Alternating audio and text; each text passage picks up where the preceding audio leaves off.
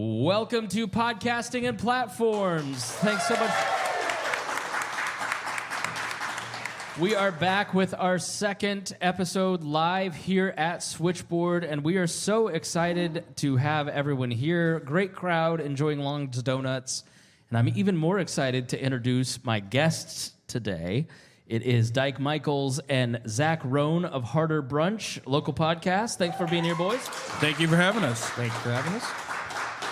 And last month, we talked a lot about why you should focus on local with the Boss Hog of Liberty. And today, we're going to talk about why podcasting is a great vehicle for building friendships, to piggyback on last month's episode at the beginning. So if you didn't hear that, please go back. I'm not going to reiterate. Fortunately, a lot of the same faces were here last year, or last month. So I'm not going to bore everyone with my monologue. I finished that episode. I was like, oh, we did an hour. Okay, that was too long. So we're not going to do that to you guys today. But HarderBrunch is, like Boss Hog of Liberty, your two podcasts, as I have gone out to find community support, to build in podcasting with other people, and to build a local movement of podcasters who are really invested in the idea of relationships and how podcasting can build relationships and serve a local community. Your two shows are the ones that I mention all the time. Boss Hog, because they do the relationship speech, but they really serve the broader local community of Newcastle. And you guys, because you serve a local niche, but you also have a ton of fun doing it, and you have summer camps, which we'll talk about. But let's get people acquainted with you. Dyke, how did the show start? And tell us a little bit about HarderBrunch. Sure, yeah. I'm a stand-up comedian and a failed restaurant. I went to culinary school. I thought I owned a food truck for a couple years, and I thought I was going to be a restaurateur for the rest of my life. And I've been in the industry since I was like in my early 20s or teens, and basically just decided that I'd rather do anything else than open a restaurant. I think most restaurateurs get there, don't they? Yeah. Man. And it's like a common theme that I hear from people that do that. It's rough. And I basically had a midlife crisis and decided, what do I really want to do for the rest of my life? And that was stand-up comedy. And I'm sorry, I work at Bob and Tom. You really thought that would be never mind. I'm not going to crush your dreams. It's okay. That's how bad the restaurant industry is. So yeah, I had a couple different podcasts. I did like a nerd culture podcast for a while. I had a straight comedy podcast. And then I wanted something that I could do originally on my own, and I have zero technical ability. Okay. So I used a platform that started off with just recording on a cell phone on your table. Yeah. And I could just self-publish, and everything was made for dummies. And so I was like, this is great, because I'm a dummy. And do you even remember what the name of it was? Oh, it was Anchor. Okay, all right, yeah. I started off on Anchor, and then I would just have a guest come over, and I would just cook one thing, and then we would have a conversation afterwards. And I think that's how I met Zach. Everyone that's a part of the show now is somebody that I met through those relationships that you're talking about. Yeah. And the show is what it is now because of those people. Zach is also the name of the producer of Boss Hog of Liberty. Jeremiah, who was here last month, also has no technical ability.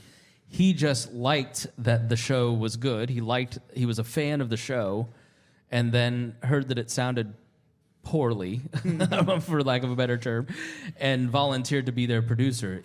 How did you, Zach, did you have a similar story to Zach at Boss Hog of Liberty?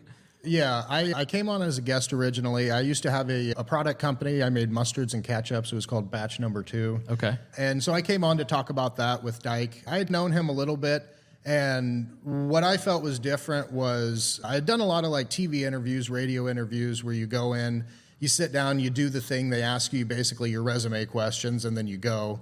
And when I went there, I think we did, Bloody Marys, and we had a big spread of Bloody Marys, and we sat, we talked, we imbibed and got to know each other, and then we hit record like an hour and a half later. And the whole thing was so different than what I had experienced. At the end of it, I knew that I wanted to be a part of it. That was when we still had a phone in the middle of the table, and I said, I don't know what I can do to help, but I see what you're doing here, and I would really like to be part of making it happen. So I started teaching myself how to produce. The only thing I know how to produce is podcasts. I have no other technical experience in that realm. Yeah, I don't do a good job teaching them. So Okay, but you produce them. So. they're there though. Okay. But no, and yeah, there was something very different about the whole feel of it. And I started showing up every week, and we moved from that to proper microphones and a mixing board and everything. But no, just the kind of connection. I had never seen somebody take so much care in presenting something for their guests, like in just like an interview capacity. And I couldn't even get booked till July. When am I on? August? Yeah. Yeah. And we started talking about it, and I was like, hey, can I come on? And it was like October. So you guys are doing something right. So tell me a little bit about what the setup is on a Sunday when you do the show. Take me through that day, because you guys are here. You're going to do this 30-minute, hopefully, podcast, and then you're going to leave. But that's not how HarderBrunch works. Oh, it's people that go to the gym. They always tell me, yeah, you do whatever, but you're going to get your gym time in. I have no idea. I've never been that guy. That's how I go to the gym, and you're slimmer than me. That's how I feel about HarderBrunch. Is no matter what happens, like, we're going to execute. I say we do a pop-up restaurant and a TV show every week. Yeah. And so Zach and I have it pretty much down to a science now. We talk early in the week about the guest. We try to curate some sort of menu that's either like in honor of them or something that we think that they would specifically really enjoy, or something that's very seasonal. Yeah. And then execute the food when they get there. Thad is our co-host, who's not here today, and he's actually the most charismatic of us. Mm-hmm. So he sits down with. So he missed out. Yeah. All right. You got a couple of duds up here best. tonight. They're doing their best, guys. But you get Evan, wake up. He sits there and talks to the guests and really does the front of the house. A lot of times we're doing the back of the house thing, and that'll take 2 hours ish. Yeah, we usually start serving like around 12:30, and then our brunch lasts till about 3:30 when we actually go do the podcast. So It's like multiple courses that come out, and we'd like to mimic the hospitality of a sit down restaurant. And I think I heard a wow, because those of us who do podcasts are like, man, this is a lot of work. You guys do a whole meal and a 3 hour, how many courses did you say? 4 to 5. 4 to 5? Yeah. Okay. We've had more. Why? I think so. From early on, the brunch portion of it, for me, I've always struggled to find a way to monetize or make something out of that, because we've spent a lot of time coming up with this, and at some point I had realized that, hey, maybe this is just the artistic thing I want to do. We could make the show and push numbers on that. As I've gone, I think I've realized that the reason why is there's something a lot deeper to sitting and breaking bread with somebody. And even though some weeks it feels like just throwing money down the drain, but what I've come to realize is that is actually, it's not even quantifiable what we're getting out of that, but that's building such strong connections with people on a face-to-face basis that I wouldn't ever consider cutting that, even considering the cost and time. Let me ask a transactional question, right? What do you two get out of that it makes you put that much effort into it? For me, definitely it's an opportunity to cook. I feel like both of us are culinary school grads. Both of us been in the industry for our whole lives. So you get stuck in these ruts where you have to cook someone else's food, or you have to cook the same thing over and over again. So it's a creative outlet, is the simplest way of saying it. But it's also, so it's like a challenge. We can cook, breakfast. We can cook eggs and stuff like that. But now what are some of the wackier themes that we've done, even recently? We did one for our summer camp, because we did a show to promote our summer camp, and one of the jokes in there was our camp song, which involved saying wiener 17 times. So I did a spread of 17 different style hot dogs, which each of them had 2 or 3 elements, and it was probably one of the most difficult things to put out, because there were almost 50, 60 elements going together on all these little hot dogs. It's hard to make at 17 once. wieners interesting. Yeah, exactly. We did a play off of The Menu, that movie the horror movie about cooking or whatever. And we brought a whole big mirror out and set it on fire at the end of the brunch. But you're not doing that for content. That is just for your own enjoyment during brunch, right? So for me, I was a restaurant chef, and I transitioned from that to owning a small food business, mainly for the quality of life. I wanted to be able to see my kids that were on the way and have a little less stress in my life. And then I would say that restaurants killed my love of cooking, and I would say that HarderBrunch brought that back. The way that Dyke approaches hospitality has been one of the biggest inspirations. So many places focus on the food. It's from this farm, it's organic, this, that, and the other. The amount of places that actually focus on the person that you're serving it to, I would say is functionally none. Yeah. And like the ability to do that, I didn't even realize that it was the medicine I needed to, get my creativity back. Yeah, I find I have less time to create content, to do my political show, to go deep into a subject, to understand fully something happening in the news, and then articulate that after 30 hours of reading and research and watching documentaries and talking to people. And, that to me is something that is not quantifiable. It's not, it's good for your soul. So I identify with that. I think that's the great thing about podcasting is that you pick that thing you're nerdy about. Yeah. And you talk about it because your day job's your day job. And like you said, anything that you love, if you make a career out of it, it's going to take some of the shine off of it. But podcasting allows you really to dig into those things that you love with people that are also really nerdy about the same thing.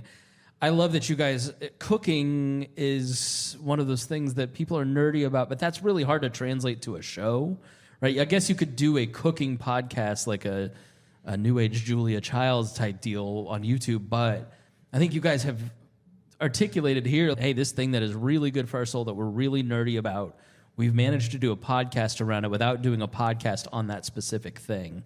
Is that fair to say?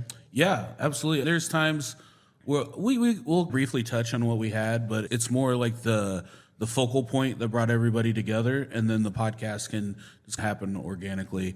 But I think that those hospitality things, I think any of you guys can do those with your shows, with whatever you're passionate about. It doesn't have to be food. I think just find the thing that you're passionate about, and if you have a podcast about paper clips, just how do I set myself apart from all the other hundreds of thousands of paperclip podcasts, and just find those little hospitality things that you can do to build those bridges with your guests, I think. What you guys have really tapped into is what we found at We Are Libertarians over those years, where people were coming over to my apartment and we were hanging out for an hour talking about our circle of friends, talking about the news, talking about what we were going to talk about, whatever. It was a connection point every Thursday night at 7 p.m.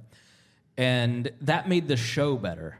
Because then all of a sudden you had a relationship, and any interview show specifically is going to be way better when you know the person, right? It is harder to invite somebody over for a 3-hour meal and then do an hour podcast, and you're there for 4 or 5 hours. That's a hard ask of some people, right?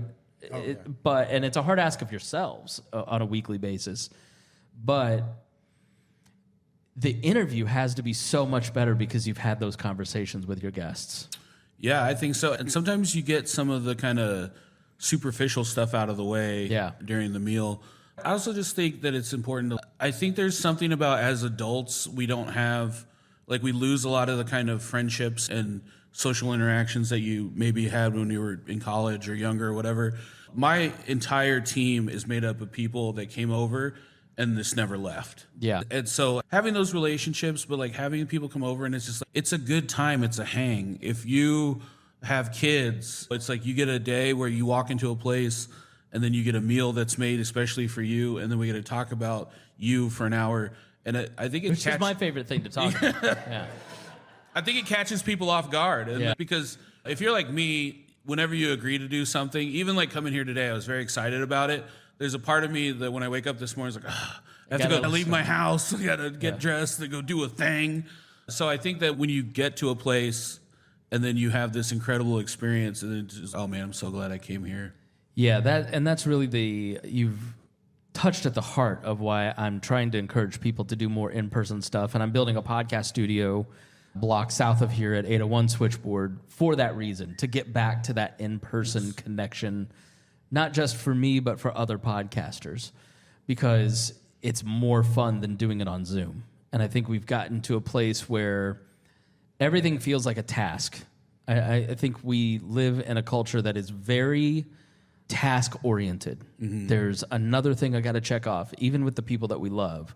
And so to have that cultural touch point that you built every week is so great for you and for your guests, even if they're coming in. Dyke, what happens when somebody comes in once?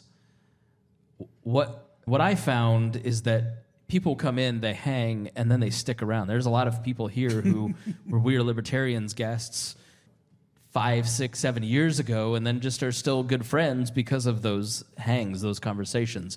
What has been the after effect on your social circles, on the podcast after, because you put hospitality before the content? Everything comes back to me like tenfold. Yeah. The hospitality that I put out, and it's like, did Mother Teresa help people because it knew she would get into heaven? Kind of thing. Not according to Christopher Hitchens, but that's a whole different episode. But it's like I put this hospitality out, and at the end of the day, I just want to have a good time and a good episode. But it always seems to come back, and we meet so many different creative people. Like I said, I had no technology background, but by doing the podcast, like that came back, and the equipment came, and then all these creative people that we meet have all these different skill sets and all these deep banks of knowledge, and those just keep. And I would say almost every, I would say 90% of the guests that we have on, they are now in what I call like in the HarderBrunch business. Like sometimes there's people that I feel are on the fence, and I'm like, we just need to get them over. If we just get them over and they see what we do and they have the time, they're going to be on our team forever. Yeah. That led to a summer camp, which is Noah, who was my coworker at Bob and Tom, great video guy, works with a lot of comedians. He told me you guys had a summer camp, and I went, nah. And then how it cost a fair bit to go for a lot of people, but then you had a lot of people show up. How did the idea of a summer camp come about, and what was that like? First of all, we've done a bunch of different events. We didn't start with the summer camp. Sure. Okay. There was a ramp up to it. But again, it was just, I think, just drawing from the well of things that you enjoy or things that are important to you, and then finding a way to make those interesting and fun to others. So, like, I went to camp as a kid. I worked at a camp for, like, over a decade. We rented out my childhood summer camp and then basically just did programming like a camp. So there was archery and canoes and pottery and crafts. And There was no pottery. There was no pottery. I'm a liar. You just watched Ghost last night. You got excited. But then we also had stand-up comedy and music, and it was sponsored by Upland, and everything's all-inclusive. But it was like a festival where it's like you're there for the whole weekend. There's no day passes. Yeah. Like you're sleeping there either in a tent or in a cabin. Like you're eating in the mess hall and getting this real experience. And it's not for everybody. Like even people that are like, oh, that sounds like a great idea. Do you want to go? They're like, absolutely not. No.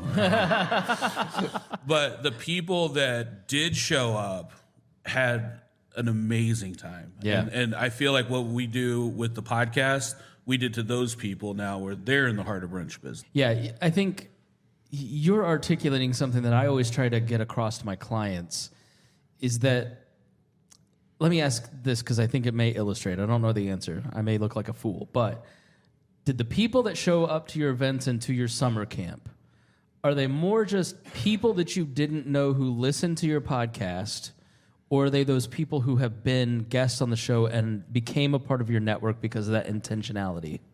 It was a mix. Okay. So we definitely have people, pretty much all the people that I think helped us do it, because it took a lot of volunteers. Sure. Were a lot of people that we've met through the podcast. We definitely have people that were listeners, but then also just a lot of people I think just resonated with adult summer camp. Yeah. And then we get it, because then we trick you into watching a live podcast when you're at summer camp. Yeah. I promise donuts. That's why these people are here. Yeah, I think that's, to me, the thing that I've noticed over time is that it's a blend. It's podcasting. Yeah, people come to it and approach it as content, and then I'm going to use that content to pull strangers into my net. But it is the network that you build along the way that is equally as important, if not more impactful. And by adding on a live event like this and actually getting in touch with people or doing the shows that you do at the White Rabbit or these summer camps and building relationships, it makes your network that much stronger for whatever your goal is. If it's for you, if it's hospitality and friendship, or if it's you have a leadership podcast and you're trying to find people, how can you get in front of those people and have real connections with them and get people together? Because if you are 30 and you move to a new town, how are you going to make friends? It's really hard. If you're not religious and you're not political, there's not systems set up for adult friendship. And I think podcasting, because of that interest sorting, can be a really powerful way to do that. So and you meet a lot of cool enemies too. Really? Yeah. I had some of those. Tell me about your favorite enemies. No, I don't. I feel like the most controversy that we got is incidental and not typically aimed at us. It's like maybe someone didn't like a guest or someone that we You're had not on. doing content there. You need to try harder. We try. That No Dishes podcast in Bloomington, they're fools and ugly. Say it. Oh, to start an active beef right now? Yeah, you got to gin up controversy, wrestling and Trump. I think one thing I love about your story is it's very similar to mine in that you just started it and then you bolted the wings onto the plane as you were flying it like you were on a Boeing. And you just worked your way from a cell phone into microphones, and you sat down and you go, what are these microphones here? My first job was to look at the phone and tell him when 30 minutes hit. The same phone that all of us could see. Yeah. When you said that you recorded a podcast on a phone, I inside recoiled and was horrified. But you know what I find? There are a lot of people that I run across doing the content side of what I do for podcasters that are doing phone podcasts, or they're just starting. And that's the best instead of what I do often now, which is way overthink getting to the thing, and I just have to push myself and go, look, I can't let the great be the enemy of the good, and let's just get going. Also, But I think not that many people are listening to you at the beginning when you suck. And you've got this ego idea right. that like, oh God, everybody's going to see how horrible this is. No, nobody is. You could have told me that after the podcast, like not in front of everybody. Yeah, it's like starting stand-up comedy. When you start at stand-up comedy, you have a bringer show. Yeah. You start at an open mic, and you have to bring friends and family, and nobody wants to show up. It's like my dad once called me. He called me in like 2019. I had been podcasting since 2007 at that point. And he goes, finally, this is my first podcast. Dale Jr. is awesome. Just not getting around to the Chris Spangle show, are you? But it's really hard to get your friends and family to engage. I'm very fortunate. My mom's here, and my wife and sisters-in-law and my family are cool, but it's... my mom is in the background. But getting your initial circle sometimes can be difficult, but they're going to be your first people to that bringer show. And you're going to fail in front of people that are going to love you regardless of whether or not that joke landed, or in podcast terms, the audio sounded bad. And then you're going to grow into it over time, and then you're going to start middling, or you're going to start opening, then middling, then headlining after 7 or 8 years, right? It's a process, and you have to be a little forgiving and just move into doing a great job. And then along the way, you'll collect people, or you might find some sponsors that can help you pay for people who do services like me or some other folks who are here. And equipment. A lot of my early equipment was donated by listeners. Have you guys found that? How did you come about your equipment? Just like dumpsters. And no, we actually had one of my original co-hosts. He had some disposable income. Okay. And he was embarrassed that I was inviting people over and interviewing with them on a cell phone. Okay, good. And so he was All like, right. "Oh, we're getting a real setup here." Okay, yeah. Yeah, audio is not terribly expensive to get started, but what is the worst fiasco when it comes to equipment or recording that you guys have experienced? Oh, I can tell you. I'll let Zach speak to this because he's the producer. But for me, I'm the creative guy, that's what I'm bringing to the table. I'm an ideas man. I'm an ideas man. So I want to do everything that I've seen on every podcast that I've ever watched.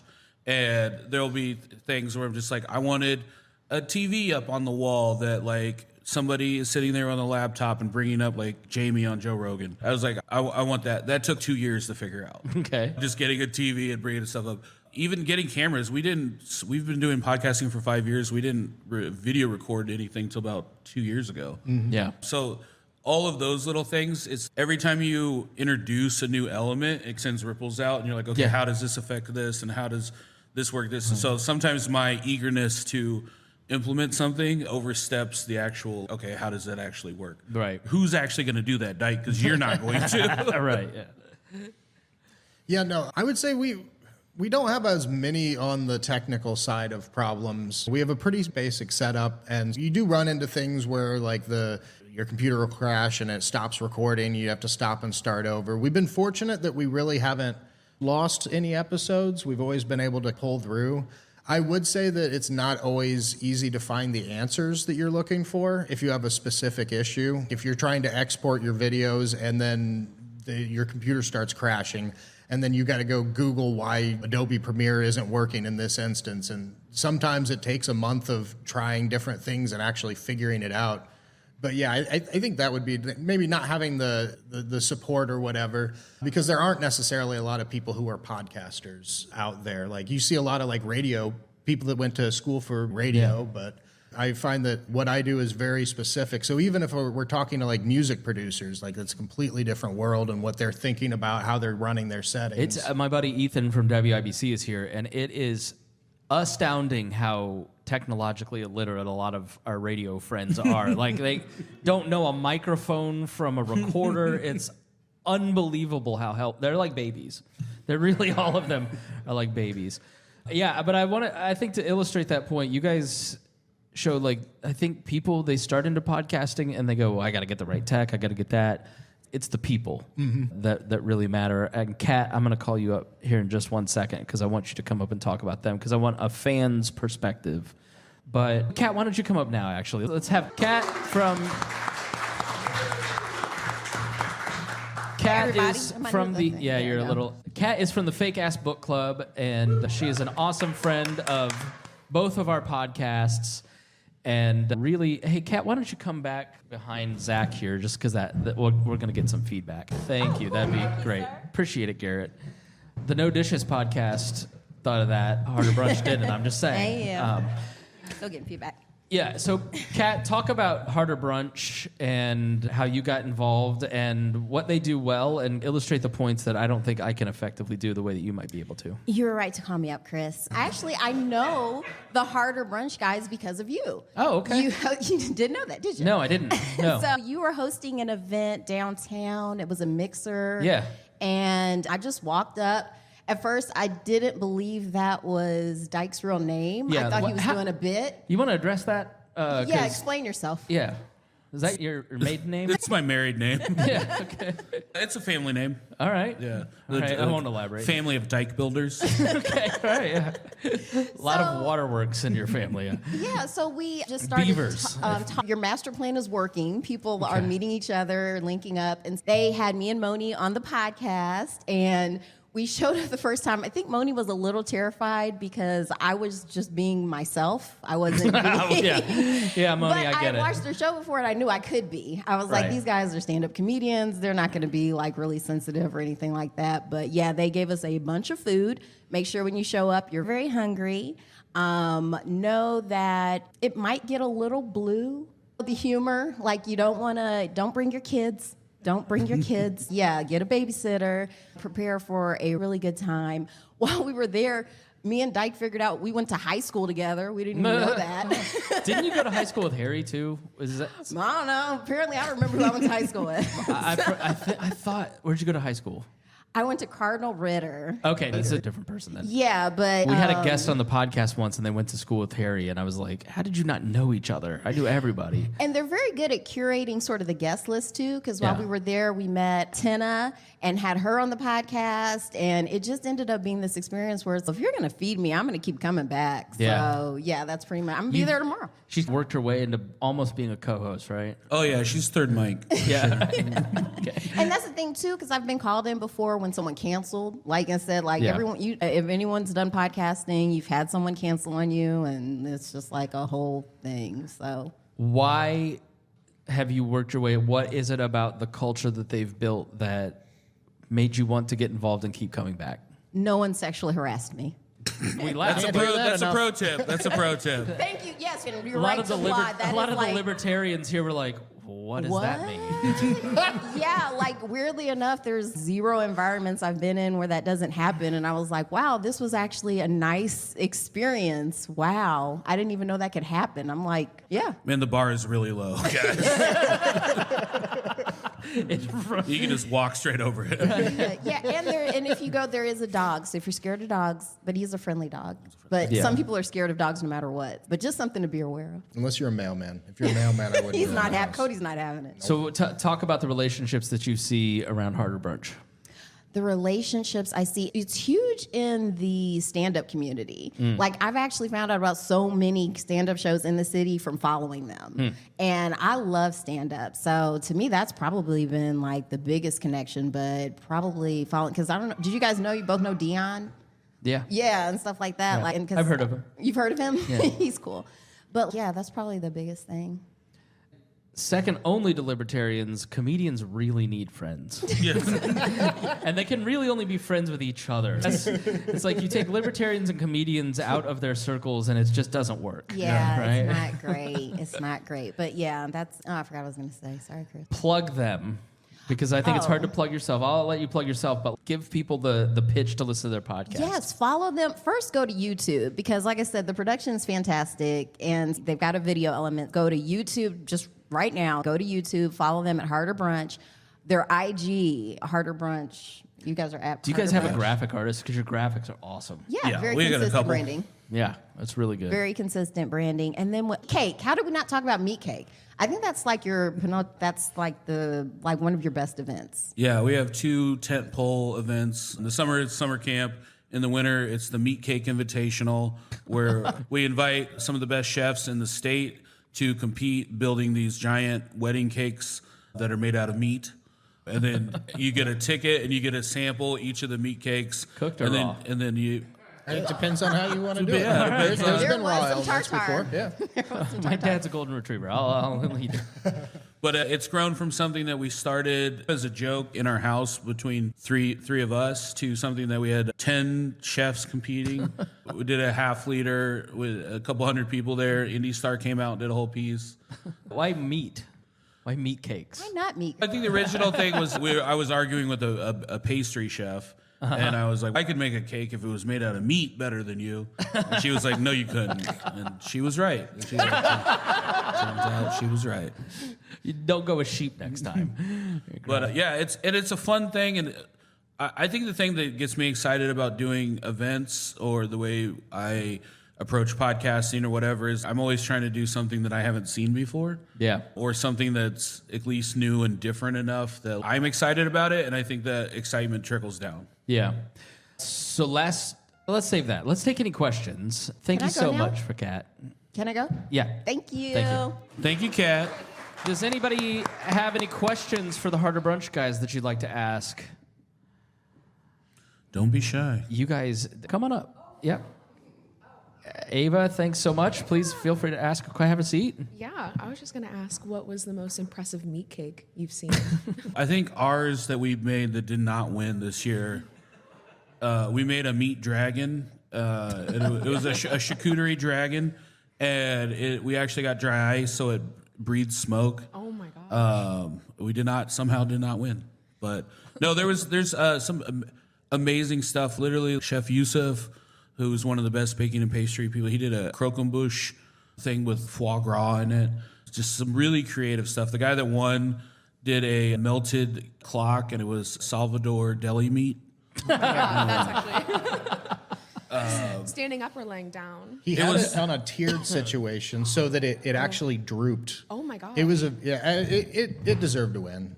Yeah. Kudos to you for designing a contest that you didn't win. Because I would have been like, you vote for me. I paid all the money for this. Chris, I've been trying to win for the past 4 years. Do you have another question? No, not that come to mind, but I might pop back up All if right. I have any. Thank you so much, Ava. Thank Thank you. you. Any other questions? Anybody have one? All right. So, gentlemen, final thoughts for our listeners, for our audience, advice to have a successful podcast. I would say the best parts about HarderBrunch were the things that I didn't know were going to come to fruition, but enjoyed doing. So like the cooking and all of that, for a long time I tried to reconcile, how do we make this make sense? And it turned out that part of it made more sense than anything. So I know sometimes like I would do the things that you feel really passionate, that you feel good about doing after you do it. I think we all have the episodes where we're like, man, we killed it that time. And stop worrying as much about the numbers and how you're going to make this connect to that. And yeah, that's what I would say. Yeah, 100%. I think especially if you're thinking about starting a podcast, maybe if you're not 100% there yet, do something that you are just 110% passionate about. I think so much of podcasting is about consistency and about being in it for the long haul. So if it's something that you're just into or on the fence, unless you're if you're really passionate about learning about, that's one thing. But just it's going to be something that you do on the days that you don't want to do anything. It's going to be something that you have to do all the time. So much of it for me is the fact that I'm passionate about food and comedy. So combining those two together are great for me. And then I think the other thing is too is just go out there and try to support other people's shows too. Events like this is a great way to meet people. It's like Kat said, it's how I met Kat and Moni. I got No Dishes coming on the show tomorrow that we're recording and met them here. Do you want to say what you're making them? No, it's a surprise. Okay, all right. And then when's your next event? Shameless self-promotion. How can people find what you do and what's your next event? Yeah, we're at HarderBrunch on all social media. We have this thing. We also have a YouTube Clips channel. If you're not going to listen to the whole episode or you just want to hear like a funny blurb, just subscribe to that YouTube Clips channel. We upload 5 different clips every week, and they're usually pretty funny. But this is a peep show. We basically came into a palette of peeps. Don't ask us how. I'm not going to reveal that. But Zach called me in the middle of August of last year and said, I got a palette of peeps.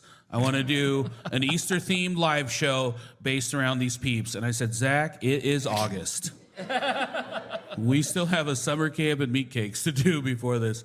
But it came around, and we're very excited. We've done a number of live podcasts. Last year, we started doing them at comedy festivals, and then we started doing them at the White Rabbit, and they've become their own thing. It's a bit of a hybrid of our podcast and our Patreon, I think. Yeah. Because you are performing to a live audience, but it's really fun. We have games. It's interactive. We're going to be doing a peep eating contest. There's going to be a live stand-up from Brent Terhune, who's one of the biggest stand-ups in the state. And then there's also going to be like a burlesque peep show in the middle of it. I just peep eating contest. Yep. That's. Can we put you down as one of the contestants? I hate peeps, and I got diabetes, so no. We can give you more. Okay, you should get sugar free. If you want to come on the Eventbrite, if you put promo code podcast, we'll give you podcaster. Sorry, it's $5 off for everybody. $5 off for everybody here today. Very cool. All right, thanks, fellas. Everybody, give them a round of applause, please. Thank you so much for joining us here on Podcasting and Platforms. If you want to learn a little bit more about my podcast consulting business, go to leadersandlegends.net. We're going to have the Podcasting and Platforms creator space up and running within the next month. So if you want to come and record at high-quality equipment in Fountain Square, be great. The next Podcasting and Platforms Live will be May 2nd. We're going to try a Thursday evening, because trying to do anything on a weekend in April, May, and June is impossible. So we're going to try it on a Thursday night and see how that works. Want to thank my lovely wife, Reagan. Please give her a round of applause. Not only did she up till 2 a.m. hot gluing moss to a 72 square foot wall, she's also makes these things run. And thank you to Lauren, her sister, and an awesome videographer.